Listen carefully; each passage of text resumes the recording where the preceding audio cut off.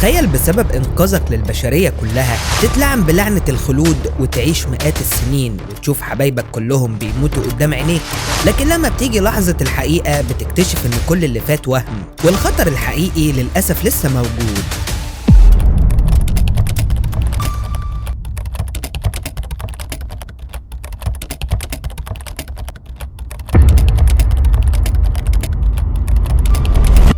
بيبدأ فيلم النهاردة في الزمن القديم واللي انتشر فيه السحر والسحرة، وبنشوف وقتها بطلنا كولدر مع مجموعة من القديسيين واللي بيستعدوا علشان يدخلوا وكر ملكة الساحرات ويقضوا عليها، لأنهم معتقدين إنها السبب في الوباء وكل المشاكل اللي بتحصل لهم. وبيأكد عليهم وقتها القصة إنها مش هتموت إلا لما يتوقف قلبها تماما. وفعلا بيدخل بطلنا ومجموعة كده من الرجالة للوكر بحذر شديد، وفجأة بيلاقوا الملكة ظهرت قدامهم وبتبدأ تقول التعويذ بتاعتها، فبيحدفها واحد بالفاس لكنه بيتصدم إن هو اللي بيتأثر بالسحر وبيقع على الأرض، وبتطلع من بقه مجموعة حشرات بتهجم على الرجالة واحد ورا التاني. لكن كولدر بطلنا الشجاع بيبقى عارف إن الحديد والنار بيأثروا فيها، فبيشعل سيفه وبيهجم على الكائنات اللي بتستدعيهم دي بمنتهى القوة والعنف. ورغم وقتها إن أغلب الرجالة بتموت، إلا إن بطلنا بيقاتل ببسالة منقطعة النظير، وبيفضل يقتل في الكائنات واحد ورا التاني ومحدش كان قادر عليه. لكن فجأة الملكة بتسحره وبتوريله بنته اللي فقدها من سنين، لكن بطلنا بيبقى فاهم كويس إن ده سحر وبيبعد عنها، لكنها برضه بتبغته بهجوم شرس بيوقعه في حفرة عميقة. بتنزل بعدها تتكلم معاه وبيبان من كلامها إنها حاقدة جدا على البشر، خصوصا إنهم عمالين يتكاثروا وهي وعشيرتها من الصحراء ما بقوش عارفين يعيشوا، وعلشان كده نشرت مرض الطاعون اللعين علشان تقضي عليهم. وبتطلع وقتها جذوع شجر مميتة من الأرض يكتفوا بطلنا من كل اتجاه، لكن كولدر وقتها بيمسك السيف النار وبيولع في المكان بالكامل على آخر لحظة قبل ما يموت. فبتتصدم وقتها الملكة من قوته والنار اللي بقت محوطاها من كل اتجاه، وده بيوفر الفرصة لبطلنا إنه يديها طعنة بيثبتها في الشجرة. لكن وقتها الملكة بتسخر منه وبتقوله أنا شايفة في عينك إنك بتتمنى الموت، لكن اللي ما تعرفوش يا كولدر إنك هتعيش للأبد وهتشوف كل أحبابك بيموتوا قدام عينيك. بس فعلا كولدر كان مستعد يموت معاها وبيطعنها بسيفه بمنتهى القوة، لكنها برضه بتضحك للمرة التانية وبتمد إيديها في بطنه وهي بتقوله أنا بلعنك علشان تعيش للأبد ومش هتموت مهما حصل، وبتتفحم بعد كده في مكانها بسبب النيران والضربة القوية بتاعت كولدر. لكن من اللحظة دي يا عزيزي المشاهد كولدر بيتحول لخالد خلاص، وفعلا بتعدي مئات السنين بعد اللي حصل ده، وبنشوفه وقتها راكب طيارة وبيبص من الشباك وهو مستغرب من حالة الطقس المفاجئ، فبيبص على الركاب كده وبيتوقع ان اكيد فيهم حد بيستخدم السحر وهو اللي عمل كده. وفعلا بيقوم بطلنا بكوباية مية معينة علشان يكشف مين الراكب اللي بيلعب في الطقس، لحد ما بيلاقي بنت شابة كده وبيتأكد ان هي اللي جهزت تعويذة الطقس، وبمجرد ما بيكشف عن ايده بتفهم انه ساقط ساحرات. لكن وقتها بيكتشف بطلنا ان البنت معاها أداة قديمة كده بتتحكم في الطقس، بس هي ما كانتش تعرف نهائي وبتتصدم لما بيقول لها. وعامة بسبب حالة الطقس والأجواء دي بتبقى متوترة جدا والطيارة خلاص ممكن تقع، وعلشان كده كولدر بيختم الأداة دي فورا وبيسيطر على الوضع، وبالشكل ده بيرجع الطقس لحالته الطبيعية مرة تانية. ساعتها البنت كانت خايفة انه يقتلها ولا حاجة، بس بطلنا بيقول لها وانا هقتلك ليه؟ ده انا بحاول امنعك من قتل نفسك. وعلى العموم بمجرد وصوله لمدينة نيويورك بنعرف بقى ان الساحرات عايشين بينا لحد وقتنا الحالي، وسحرهم اتنقل من سلالة قديمة جدا، لكن بعد قرون من الصراع عملنا هدنة مع الساحرات يعيشوا وسطنا ويحكموا نفسهم، بس يتبعوا قاعدة وحيدة بس، وهي انهم ما يستخدموش السحر على البشر اطلاقا. بس طبعا كعادة اي قانون الناس بتكسره، وبعد الساحرات نفسهم يرجعوا لعصور الملكة المظلمة، ودول بقى بيتصدى ليهم آخر ساقط ساحرات موجود وهو بطلنا كولدر، واللي خلال 800 سنة كان بيخدم الجماعة المقدسة بتاعته بمحاربته للساحرات المتمردين. وبنعرف وقتها ان في الجماعة دي بيعاونوا دولان 36 واللي مهمته يكتب تاريخ كولدر ويقدم له المساعدة وقت ما يحتاج. بنعرف بقى ان دولان 36 ده قرر يتقاعد خلاص لانه كبر في السن، وده اللي خلى بطلنا يسافر ويجي يودعه للمرة الأخيرة، خصوصا يعني انه اشتغل معاه حوالي 50 سنة كده. وبيبقى دولان وقتها مجهز له خليفة ليه كالعادة واللي هيكون دولان 37، علشان نفهم عزيزي المشاهد ان في 35 واحد اشتغلوا مع بطلنا قبل كده، واللي بيموت او بيتقاعد بيجي الرقم اللي بعده على طول. بس بيبقى 36 عنده تساؤل فضولي دلوقتي، وهو ليه كولدر ما يتقاعدش هو كمان للأبد؟ بس بطلنا بيبتسم وبيعرفه إنه كل يوم بيصحى فيه بيحس إن العالم بينام في سلام بسببه. فبيحاول 36 يفهمه إنه محتاج ست في حياته حتى على الأقل تنعنشه شوية كده، خصوصا إنه مقربش من أي واحدة من ساعة مراته اللي ماتت دي من مئات السنين. المهم يعني بعدها بيجي 37 يستلم من اللي قبله، بس وقتها بيبقى مرتبك إنه هيقابل الأسطورة الحية كولدر وبيكون عاوز يعرف يتعامل معاه إزاي بالظبط، لكن 36 بيهديه وبيأكد له إنه كولدر شخص بسيط جدا وهيدخله في الأجواء بسرعة. لكن تاني يوم بيتصدم كولدر بمكالمة بيعرف فيها إن 36 مات امبارح، فبيروح يحضر جنازته هو و37 فقط، واللي بيقسم وقتها قدام الكهنة إنه يهتم بكولدر ويعرفه أكتر من نفسه. وبيقعد بعد كده الاتنين بعد الجنازة يتكلموا شوية، وبيحكي له كولدر إنه كان موجود في المدينة زمان وشافها قبل كل ما المباني دي تتبنى، وبيأكد له إن الشر موجود في كل مكان فعلا ولازم يبقوا مستعدين كويس. وبيقرر بعد كده ياخده معاه ويروح لمكتب 36 يبص فيه، لأنه كان شاكك إنه ما ماتش بصورة طبيعية، ولما بيجرب طقوس معينة كده بيكتشف وجود تعويذة في الأرض،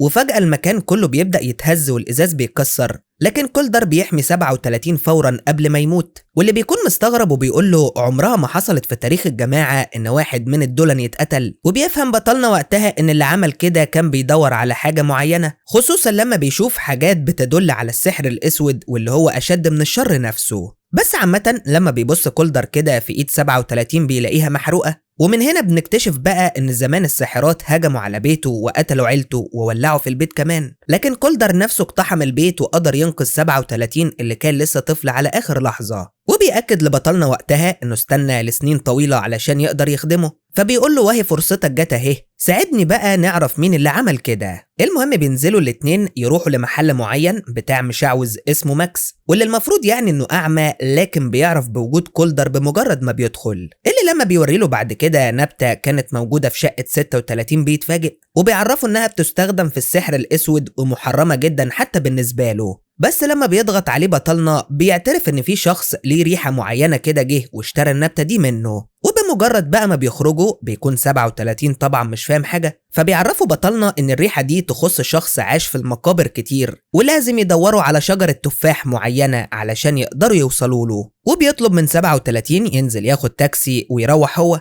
لانه مش مستعد لسه للي هيحصل. وعلى العموم بيقدر بطلنا فعلا يوصل بسهولة للمكان المطلوب، وبمجرد ما بيدخل بيلاقي طقوس كتير كده بتدل على السحر. بس الغريب انه بيشوف طفلة صغيرة خايفة جوه وبيحاول يهديها، لكن فجأة الطفلة بتتحول للشخص اللي هو عاوزه بالظبط وبيطعنه في ايده، لكن بطلنا يعني جراحه بتشفى بسرعة وبيرشق له خنجر كده في رجله يعطله. لما بيسأله بقى عن سبب قتله ل 36 بينكر الراجل انه يعرف حاجة اساسا، فبيديله كولدر ضربة قوية كده بتفقده الوعي تماما، وبياخده على الكنيسة الخاصة بالجماعة وبيسلمه ل 37 علشان ينزلوا الأعضاء مجلس الساحرات تحت الكنيسة، وبيعرفهم ان هو ده المتهم في قتل دولان 36. بس برضو الراجل بينكر وبيتعامل معاهم بطريقة سيئة للغاية، وبيبان كمان انه مش فارق معاه الهدنة ولا القوانين اللي معمولة للسحرة، رغم انهم بيحاولوا يفهموه ان القانون بيحتوي السحر وبيمنع الحرب للأبد.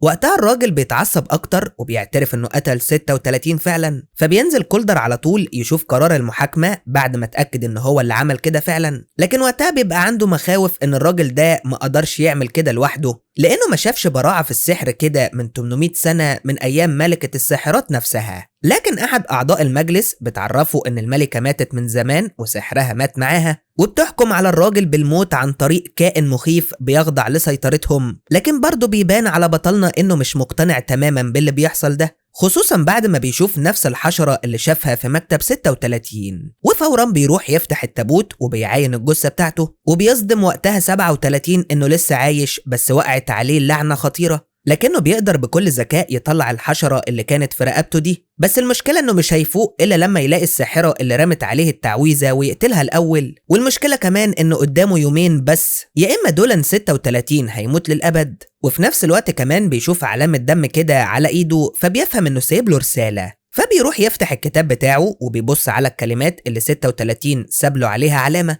وبيفضل يقراهم لحد ما بيكون جملة افتكر موتك. فبيفهم بطلنا انه عاوزه يدور في ذكرياته علشان يوصل للحقيقة، وعلشان كده بيروح لمكان خاص بالساحرات علشان يقابل كلوي. واللي تقدر بسحرها تخليه يشوف كل ذكرياته. بس هي في الأول بتبقى خايفة لأن ظهور صائد الساحرات قدامها نذير شؤم بالنسبة لها. بس كولدر بيطمنها وبيقول لها أنا عاوز أشتري خدماتك علشان أشوف ذكرى معينة. فبتقبل الساحرة فعلا وبيوافق هو يديها الفلوس اللي تطلبها. بس وقتها البنت بتقلق وبتبقى عاوزة ترجع في كلامها، لكن لما بتلاقيه مصمم بتسأله انت ليه محتاج جرعة الذكرى دي قوي كده؟ انت عاوز تصطاد واحدة من الساحرات ولا ايه؟ لكنه بيفهمها انه عاوز كده علشان يساعد صديق قديم ليه مش اكتر. وقتها بس بتوافق كلوي وبتجهز له جرعة الذكرى علشان يدور في ذكرياته، لكنها بتحذره انه لو اتصاب في الذاكرة هيتصاب في الحقيقة ولازم ياخد باله كويس جدا. واول بقى ما كولدر بياخد الحبة بيسترخي تماما وبيفقد الوعي، فبتطلع كلوي تليفونها تتصور معاه وهو نايم، بس بتتصدم انه لسه صاحي وبتترعب حرفيا، وبيتضح انه ما كانش لسه بلع الحبة اساسا لحد ما يشوفها تتصرف ازاي. بس عامة يعني المرة دي بيبلعها فعلا علشان يدخل جوه ذاكرته ويحاول يفهم مين ده اللي قتل صديقه العزيز 36. ساعتها بقى بيلاقي نفسه رجع بالزمن للوقت اللي كان بيستعد فيه مع أتباعه لقتل ملكة الساحرات، وبيبص وقتها على الوقر بتاعها وهو حزين وقلقان، وبيفتكر تفاصيل اليوم بالكامل وازاي لعنته بالخلود علشان يشوف كل حبايبه بيموتوا قدام عينيه. فبيدخل الوقر يبص على جثتها وهو مش فاهم ايه اللي 36 كان عاوز يوريهوله بالظبط، لكن فجأة بيسمع صوت بيندع عليه علشان يصحى، وبيلاقيه شخص ضخم كده بيحقنه في رقبته علشان يفقد توازنه، وبيربطه في كلبشات سحرية ما يقدرش بطلنا يفلت منها أبدا، وبيقوله مش المفروض إنك تدور في الماضي والأحسن تسيبه مدفون. ساعتها بيتجنن كولدر وبيفضل يدمر في المكان لحد ما بيكسر إيده في سبيل إنه يتحرر من الكلبشات، وكده كده هيشفى بشكل فوري، وإيده بترجع لطبيعتها فعلا وسط صدمة من كلوي اللي بتراقب المشهد من بعيد. ساعتها بقى بيهجم بطلنا على الراجل الضخم ده بمنتهى القوة والعنف، وبيقول له بقى انت بقى اللي لعنت صديقي مش كده؟ بس بيسخر منه الضخم ده وبيأكد له انه ما خدش في ايده 5 دقايق على بعض، وبيستخدم السحر عليه مرة تانية علشان يتحكم في عقله ويخليه مش عارف هو فين، وبيجهز غبار سحري كده بيولع نار في المكان. فبتحاول وقتها كلوي تساعد كولدر لكنه بيشوفها ملكة الساحرات بسبب التعويذة، فبتضطر ترش عليه مسحوق خاص بيها كده بيفوقه فورا قبل ما يقتلها. فبيقوم بسرعة يجري على الراجل الضخم علشان يمسكه، لكن الراجل برضه بيعمل تعويذة بتخليه يخترق الأرض حرفيا وبيختفي تماما من المكان. طبعا كلوي بتكون متعصبة على الآخر لأن المكان بتاعها اتدمر خلاص، وبتقول لكولدر ده انت طلعت وحش زي ما بيقولوا بقى. بس لما بترجع كلوي بيتها بتحس ان في حاجة غريبة، وفجأة بتظهر فروع الشجر اللي انقذت الراجل الضخم ده قبل كده وبتبتلعها علشان تلاقي نفسها فجأة قدام ملكة الساحرات وشكلها هتموت، لكن بطلنا بيوصل في الوقت المناسب وبينقذها فورا. لكن الغريب ان كلوي بتصحى تلاقي نفسها في بيتها عادي، وبتفكر انها كانت بتحلم بكابوس مش اكتر، لكن بتتصدم لما بتسمع صوت كولدر بره في الانتريه هو و37 واللي بيستخدم وقتها الانترنت لحد ما بيقدر يوصل للراجل الضخم. بس كولدر وقتها ما بيكونش فاهم هو ليه مش عاوز يفتكر لحظة موته قدام الملكة،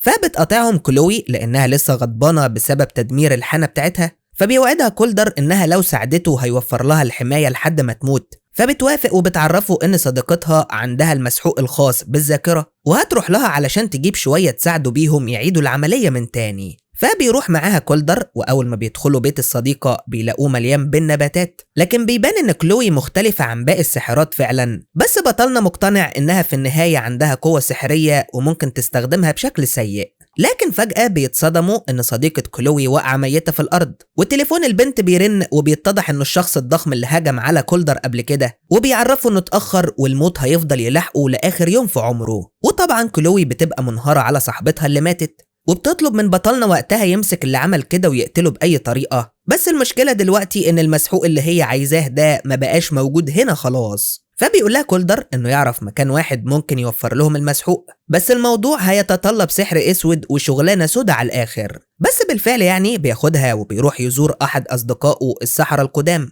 والساحرة وقتها بتستقبله كويس لان علاقتهم طيبة من سنين، وبتبقى عارفة اساسا هو جاي ليه وبتقدم له الاعشاب اللي ياخد منها المسحوق. بس لما كلوي بتبص على النباتات كده بتحس ان فيها حاجة غلط، والصدمة ان الساحرة بتغدر بكولدر وبتخليه يشوف مراته قدامه، وبيرجع يفتكر لما كان عايش في سعادة زمان مع مراته وبنته، فبتحاول وقتها كلوي تفوقه وتعرفه انه ده فخ ولازم يفوق دلوقتي يا اما هما الاتنين هيموتوا، وبتضطر تديله طعنه في قلبه كده بتفوقه في الحال. ساعتها بيهجم بقى على الاتنين اللي ماسكينه وبيتخلص منهم بسهوله، وبمجرد نظره كده بيخليهم يسيبوا كلوي هي كمان، وبياخد قلادة الساحرة اللي بتمدها بالقوة علشان تبدأ تتكلم، فبتأكد له انها ما تعرفش حاجة وساعدت الراجل اللي مسكه في البداية بالنباتات مش اكتر. ورغم انه بيرمي القلادة بتاعتها الا ان كلوي بيكسرها تماما، وده بيخلي الساحرة تتحول لشكل مخيف ويبان العجز على وشها. وعامة أثناء ما بيكونوا خارجين بيقول كولدر لكلوي بقى انت بقى عندك القدرة تدخلي أحلام الآخرين مش كده؟ خصوصا يعني بعد ما دخلت جوه عقله وفوقته لما وقع في الفخ. فبتأكد له الموضوع فعلا لكنها كانت بتخفيه لأنه من السحر الأسود وده ممنوع، لكن رغم كده بيشكرها بطلنا على المساعدة اللي قدمتها له. في الوقت ده بيظهر الراجل الضخم قدام ماكس وهو متعصب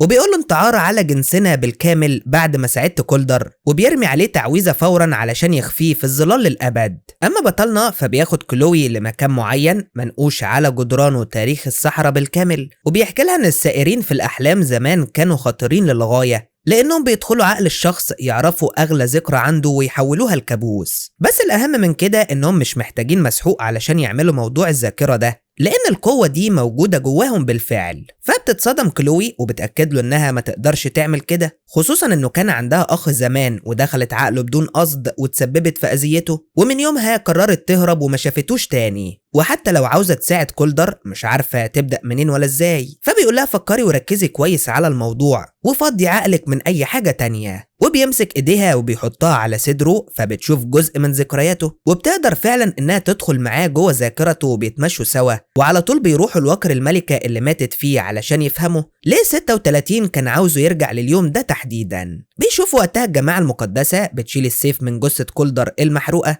لكنهم بيتصدموا انه عايش بطريقة ما، ولما بيلاقوا قلب الملكة لسه موجود بيمسكوه بالسيف علشان يدمروه. لكن الغريب ان كولدر بيتألم بشدة، وبيفهموا وقتها انهم لو قضوا على القلب بطلنا هيموت، وعلشان كده بيقرر دولان الاول يحتفظ بالقلب في سبيل ان كولدر يفضل عايش ويخدم مصالحهم. طبعا بطلنا بيتصدم من اللي بيشوفه ده، وكلوي بتقوله علشان كده كانوا بيعذبوا صاحبك لانه يعرف مكان القلب حاليا، واكيد عاوزين يستخدموه علشان يرجعوا الملكة للحياة من تاني. وبالفعل بنشوف الراجل الضخم بيعلق ماكس عند وكر الساحرة وبيقول له احنا استنينا 800 سنة علشان نرجع الملكة للحياة من تاني، وبفضل تضحيتك هنقدر نعمل كده. المهم في الوقت ده بيرجع كولدر ل 37 وبيتعصب عليه على الآخر لأنه طبعا عارف بموضوع القلب ده لأنه من الدولان، فبيعتذر له وقتها وبيعرفه إنه ما كانش حابب يبقى هو اللي بيفكك الجماعة المقدسة، ده غير إنه أقسم إنه يحفظ السر للأبد لأنهم خافوا لو دمروا القلب ده يفقد كولدر خلوده أو يموت. أما بالنسبة للراجل الضخم فبيبدأ يعمل تعويذة خطيرة للغاية واللي بسببها وكر الملكة بيتحرك وبيسيطر على ماكس بالكامل. وفي نفس الوقت ده كولدر بيروح لكلوي يطلب منها تفضل في شقته علشان تبقى آمنة، خصوصا انه ما بقاش يثق في البشر واكيد يعني مش هيثق فيها وهي ساحرة. لكن كلوي بتتضايق من كلامه وبتحاول تمنعه، بس بطلنا كان متعصب على الاخر وبيقرر يتحرك لوحده تماما، وبيسوق العربية باقصى سرعة لحد ما بيوصل للشجرة اللي جواها وكر الملكة، لكنه بيتصدم لما بيشوف ماكس مربوط في الشجرة والملكة بتتكلم من خلاله وبتعرفه انها اشتقت له طول السنين اللي فاتت دي، لكنه بيعمر السلاح وكان هيضربها بالرصاص على طول، بس فجأة بتظهر قدامه كلوي وبتشتته، بس بيتضح انه الراجل الضخم ده وكان عامل تعويذة، فبيتعصب وقتها بطلنا وبيرشق خنجر في رقبته علشان يموته للأبد. فبتستغل الملكة الموقف وبتمسك بطلنا بجذوع الشجر وطبعا ما بيكونش قادر يتحرك، وبتكشف له ساعتها بقى عن خطتها الشريرة وبتقول له الخلود ده ما كانش ليك ابدا، ده ليا انا وانت مجرد وعاء مش اكتر من كده، وبتغرز ايديها في بطنه علشان تسترد قوتها اللي اديتها له من سنين طويله، وبترميه على حديده كده بتغرز في كتفه. ورغم ان بطلنا بيقدر يفك نفسه على طول الا انه بيتصدم ان جراحه ما بتشفاش لانه فقد خلوده خلاص، وكمان ملكة الساحرات بتتحرر بالكامل وبتهاجمه بالحشرات العنيفة بتاعتها، وبتفضل تقول تعويذة كده لحد ما بتختفي من قدامه تماما. فبيرجع بعدها كولدر للشقة وبيلاقي ان 36 فاق اخيرا لانه المفروض قتل الراجل الضخم اللي رمى عليه التعويذة، لكن بيصدمه ان ملكة الساحرات رجعت من جديد وهو كمان فقد خلوده، وانها من البداية كده كانت بتستخدمه علشان يحتفظ بخلودها حتى اللحظة المناسبة. وبيبقى خوف كولدر الأكبر وقتها إنهم ما كانوش بيقتلوا الساحرات على مر السنين، بل بيرموهم في سجن معين كلهم، ولو قدرت الملكة تحررهم هتكون نهاية الجنس البشري للأبد. لكن وقتها بيشجعوا العجوز وبيقولوا انت هزمتها قبل كده زمان وتقدر تكررها تاني عادي جدا، وبيطلب منه يمشي دلوقتي علشان يستعد لمعركته النهائية. فبيرجع كولدر شقته وبيخرج سيفه الأسطوري اللي قتل بيه ملكة الساحرات زمان. فبتشوفه ساعتها كلوي وبتقوله أنا لازم أجي معاك ومش هسيبك، ورغم إنه بيخوفها من الوضع وإنها ممكن تموت، إلا إن كلوي بتصمم تساعده مهما كان التمن. وعلى العموم بينزلوا بعدها يقابلوا 37 اللي بيفهم من استعداداتهم الكارثة اللي حصلت، وبيدخلوا بعد كده للكنيسة اللي اتدمرت تماما وكل المجلس اللي كان فيها مات. بس المصيبة إن طلع مكانهم شجرة طاعون ضخمة. فبينزلوا بسرعة لسجن الساحرات وبيعرفهم بطلنا وقتها إن الملكة عاوزة تستخدم قوة الساحرات المختلفة علشان تغذي الشجرة دي، وساعتها بس تقدر تنشر الطاعون في الكرة الأرضية كلها مرة واحدة. فبيمسك بطلنا سيفه وبيفضل يخبط في الصخر بمنتهى القوة لحد ما بيمد ايده كده يجيب الواد اللي مسكه قبل كده، وبيلاحظ إنه عمال يتكلم بشكل غريب وبيفهم إن الملكة سيطرت على عقله خلاص. فبيطلب من كلوي تشوف شغلها وتدخل عقله تتصرف، وبيأكد لها انه لازم يروح للملكة وينهي الموضوع ده للأبد. بس فجأة الوحش حارس السجن بيظهر لأن في سجين خرج، فبيقابله بطلنا بكل شجاعة وبيفضل يضرب عليه بسلاحه الخاص بمنتهى القوة لحد ما بيديله ضربة قوية كده بتقسمه نصين حرفيا. لكن المشكلة ان الوحش بيجمع نفسه مرة تانية وبيقف قدام كولدر، و36 بيحاول يمنعه يقرب من كلوي لكن بيفشل. فبيتعصب وقتها بطلنا وبيهجم على الوحش بالسيف يطعنه في حتة معينة كده في جسمه، وبيمد ايده جواه يجيب قلبه، وبالشكل ده بيتدمر تماما وما بيقدرش يكون نفسه من جديد. اما كلوي فبتكون وصلت لاعماق عقل الراجل وبتستعد علشان تقتله، لكنه بياخد باله منها وبيوقعها على الارض وبيخنقها جامد. فبتحاول كلوي تلف منه وبترميه من مكان عالي، رقبته بتتكسر وبيموت. ووقتها بس بتفوق وبيبقى الراجل مات في الحقيقة طبعا. وفي الوقت ده بطلنا بيلاقي الدنيا بتتبهدل من حواليه بشكل غريب، وبتظهر قدامه الملكة وبتقوله انت هتفشل والبشرية كلها هتقع من بعدك. فبيخرج وقتها كولدر سيفه وبيستعد لقتلها المرة دي للأبد، لكن الملكة استعادت قوتها وبتقدر تجرحه وتتحرك بسرعة رهيبة، وده بيصعب القتال جدا على بطلنا. لكن رغم كده بيقدر يجيبها على الأرض قدامه وبيطعنها بالسيف، لكن جسدها بيتحول لمجموعة كبيرة من الحشرات، وبتظهر الملكة من تاني تجرحه في وشه وتختفي. وبتستخدم بقى كل اللي تعرفه في السحر علشان تقضي على آخر صياد في العالم كله. فبيفتكر وقتها كولدر إن نقطة ضعفها هي النار، وبيولع سيفه علشان يستعيد ذكريات قتالهم القديم سوا، وبيفضل يطعن فيها ويضربها بمنتهى القوة والعنف، وبيقول لها أحسن حاجة في الحياة الأبدية إني هقدر أقتلك مرتين. لكن قبل ما يديها الضربة الأخيرة بيتفاجئ إن 36 حاطط السلاح في دماغ كلوي وبيهدده بقتلها،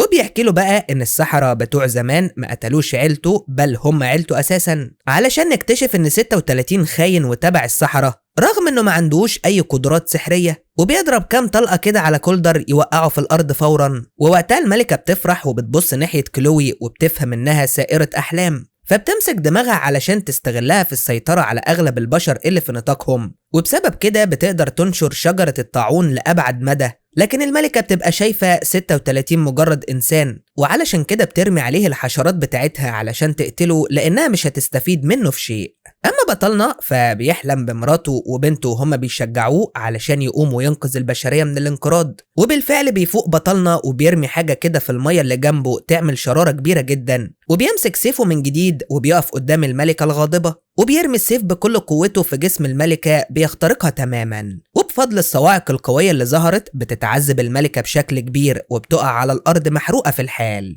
وقتها بس بترجع شجرة الطاعون لمكانها من تاني قبل ما تأذي حد من البشر، وكلوي بتجري وقتها على كولدر اللي فقد وعيه وشكله كده هيموت. لكن بتحصل حاجة أغرب من الخيال حرفيا، بيلاقي الجرح بتاعه اتشافى تماما، وبيفهم ساعتها إن الخلود شكله هيرجع له تاني. فبيقوم يبص على الملكة وبيشوف قلبها لسه شغال وكده هتفضل عايشة ومش هتموت، فبيستعد علشان يقتلها. بس كلوي بتوقفه وبتعرفه إنه لسه العالم محتاجه، ولو دمر القلب هو كمان كده هيموت. وبتحكي له إنها شافت بلاوي في الظلام لما سيطرت عليها الملكة، وحرفيا من غيره العالم هينهار تماما. وعلى الرغم إن الجماعة المقدسة خانته، إلا إنه دلوقتي عنده حد يثق فيه وهي كلوي. وفعلا بيوافق كولدر، خصوصا إن كلوي ساحرة ومش هتموت هي كمان، يعني هيلاقي حد يسليه في السنين اللي جاية. المهم بعدها بيروح يقعد مع 36 للمرة الأخيرة وبيقول له أنا مش عارف إيه اللي المفروض أعمله الفترة الجاية، فبيقول له حاول تعمل زي البشر العاديين وتحاول تعيش حياتك.